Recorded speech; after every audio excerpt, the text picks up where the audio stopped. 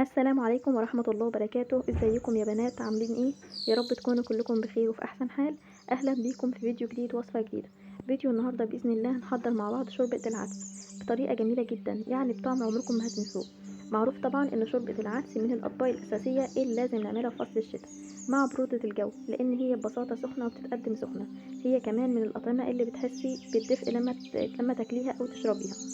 فوائدها كتيرة جدا، بتخلص الجسم من الصداع، وكمان بتعزز صحة الجسم.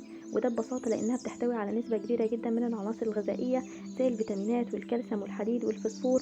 ده غير طبعا إن العدس نفسه بيحتوي على مواد مضادة للأكسدة أكتر من أي بقوليات تانية، أو أكتر من أي أنواع تانية من البقوليات. ليها فوائد كتيرة جدا جدا. يعني ببساطة هنعمل أجمل طبق شوربة عدس النهاردة علشان نستفاد بكل العناصر الغذائية. وطبعا بوعدكم إن بعد الطريقة دي أكيد طبعا مش هتجربوا أي طريقة تانية، لأن ببساطة انتوا هتاكلوا أجمل طبق شوربة عدس بالطريقة دي.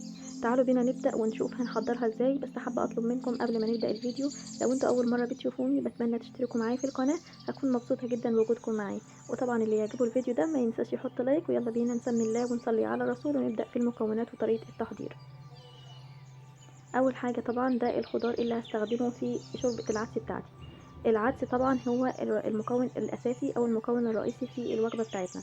معايا ربع كيلو من العدس، ومعايا خضار بكميات متساويه: 3 حبات من الكوسه، 3 حبات من البطاطس، و3 حبات من الجزر، وبصلتين متوسطين الحجم او 3 بصلات صغيرين، ومعايا كمان 3 حبات من الطماطم. وطبعا الخضار ده ما تستغربوش من اضافه، يعني ممكن ناس كتيره تستغرب من اضافه الكوسه والبطاطس، بس بالعكس هو هيخلي طعم العدس بتاعي جميل جدا، وهيفرق جدا في الطعم. ده غير طبعا ان كل الخضروات دي فيها فيتامينات كتيره جدا، وكل نوع من الخضار بيتميز بفوائد معينه. اول حاجه بدات اعملها ان انا بدات اقطع الخضار بتاعي بالشكل ده. بنقطعه لشرايح صغيره جدا، لان العدس بيستوي بسرعه معانا. فطبعا علشان يعني نعادل تسويه الخضار مع العدس بتبداي تقطعي قطع صغيره خالص. هنا قطعت الخضار زي ما قلت لكم قطع صغيره خالص. وطبعا ما ننساش قرن شطه حامي بيخلي طعم العدس يروح في مكان تاني خالص. قطعت الخضار كله بالشكل ده يا بنات، وخلاص كده بقى جاهز معايا. على طول هبدا اروح طبعا على البوتاجاز علشان نبدا نحضر الوصفه بتاعتنا.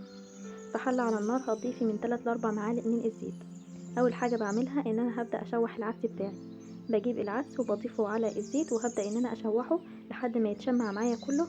وطبعا بنبدا نقلب فيه لحد ما يتحول من لون الاورنج بتاعه ده للون الاصفر الفاتح. التشويحه دي برضو هي اللي هتخلي طعم العدس بتاعك مميز، وهتخلي طعمه جميل جدا في الاخر. ابداي قلبيه كده كويس من وقت للتاني، لان هو بيبدا يعني يلزق كده في الحله معاكي. فعلى طول كده تقليب باستمرار لحد ما طبعا زي ما قلت لكم يتغير من اللون الاورنج ياخد اللون الاصفر الفاتح. بعد طبعا ما بتتاكدي ان لونه خلاص اتغير معانا، على طول هنبدا نضيف الخضار بتاعنا دفعه واحده: البطاطس والكوسه والطماطم والجزر والبصل. ابدأي ان انت تضيفي كل المكونات دي على بعضها كده. وبرده هنشمعه برده مع باقي المكونات او هنشوحه شويه. يعني تقريبا الخطوه دي هتاخد معاكي من 3 ل 4 دقايق من التشويح على النار مع العدس بالطريقه دي. تقليب مستمر طبعا لحد طبعا ما ياخد التشويحه بتاعته. هضيف معاه بعد كده ربع معلقه من العدس، وهنضيف كمان نص معلقه من هريسه الفلفل الاحمر. طبعا الاضافات دي كلها، كل اضافه ليها نكهه مميزه وليها طبعا طعم مختلف جدا. يعني جربي تضيفي الاضافات دي، هتحسي طبعا ان انت طول الوقت كنت بتعملي شوربه العدس غلط. المكون الخطير بقى بتاعنا اللي هيودي العدس بتاعك في مكان تاني خالص هو الروزماري. حاولي بقى كده وانت بتستخدمي او انت بتعملي شوربه العدس، ضيفي كده ربع معلقه صغيره من الروزماري. وهنا بقى بعد اضافه الروزماري اتاكدي ان انت مش بتعملي اي شوربه عدس، انت بتعملي طبق شوربه عدس لاول مره هتعمليه في حياتك، واول مره هتحسي بطعم شوربه العدس بجد.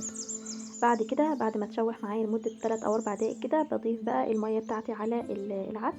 وبس كده بنبدا ان احنا نغطي عليه لحد ما يستوي معانا. طبعا على حسب ما الخضار بتاعك بيستوي بتبداي ان انت تشيليه خلاص من على النار. طبعا دي كده من وقت للتاني بتبصي عليه برضو تختبري الخضار ده، لو استوى خلاص بتطفي عليه. لو ما استواش بتسيبيه شويه. ريحته في الوقت ده يا بنات جميله جدا جدا، تحسوا ان انتوا بتطبخوا فراخ مش شوربه عدس خالص. اول ما بيخلص بقى على طول بسيبه بقى لحد ما يبرد كده علشان اعمله في الخلاط او اضربه في الخلاط. اما لو عندك هاند بلندر ابدأي ان انتي اضربيه على طول بالهاند بلندر، وخلاص كده بيكون بقى خلاص جاهز معاكي. ما تستنيش بقى ان هو يبرد وتضربيه في الخلاط. انا دلوقتي سبته زي ما انتم شايفين، هسيبه بقى لحد ما يبرد، وبعد كده هحطه في الخلاط وهضربه. بعد ما بضربه طبعا بنصفيه. علشان طبعا لو في اي شوائب او اي يعني عشان ما يبقاش خشن معانا وكده، يبقى ناعم معانا الخليط يبقى ناعم. ببدأ ان انا اضربه في الخلاط كويس جدا، وبعد كده هنصفيه. بعد ما خلصته بقى زي ما انتم شايفين كده، خلاص ضربته في الخلاط وصفيته بالشكل ده. هرجع تاني بقى علشان اكمل اخر خطوة معانا. هبتدي اجيب بقى معلقتين او 3 معالق برضو كبار من الزيت كده في الحلة، في نفس الحلة اللي انا عملت فيها العدس. هي طبعا الحلة اللي هكمل فيها غسلتها وهكمل فيها بقية الوصفة. الخطوة دي يا بنات اختيارية، اللي حابب ان هو يعني يحب شوربة العدس بتاعته بالشعرية او لسان العصفور فهتعملي الخطوة دي معايا. ابدأي كده تضيفي شوية من الشعرية او لسان العصفور، وابدأي ان انتي قلبيهم كده لحد ما ياخد اللون اللي هو الاصفر الفاتح. ما تستنيش عليه لحد ما يغمق، لان احنا لسه هنضيف الطشة بتاعته كمان دلوقتي، علشان برضو ما نرجعش نبهدل مواعين تاني وكله يبقى في حلة واحدة. هبتدي اول ما يبدا ان هو ياخد معايا اللون الاصفر الفاتح كده، على طول هبدا اضيف عليه ربع معلقه صغيره من الثوم، وهبتدي ان انا اضيف كمان ربع معلقه صغيره من الكزبره الجافه. كل الاضافات دي يا بنات جميله جدا، بتخلي طعم العدس طبعا حلو قوي. هبدا ان انا اقلبهم لحد برضو ما ياخد اللون الذهبي الجميل ده، وبعدين هنبتدي نضيف شوربه العدس بتاعتنا عليه.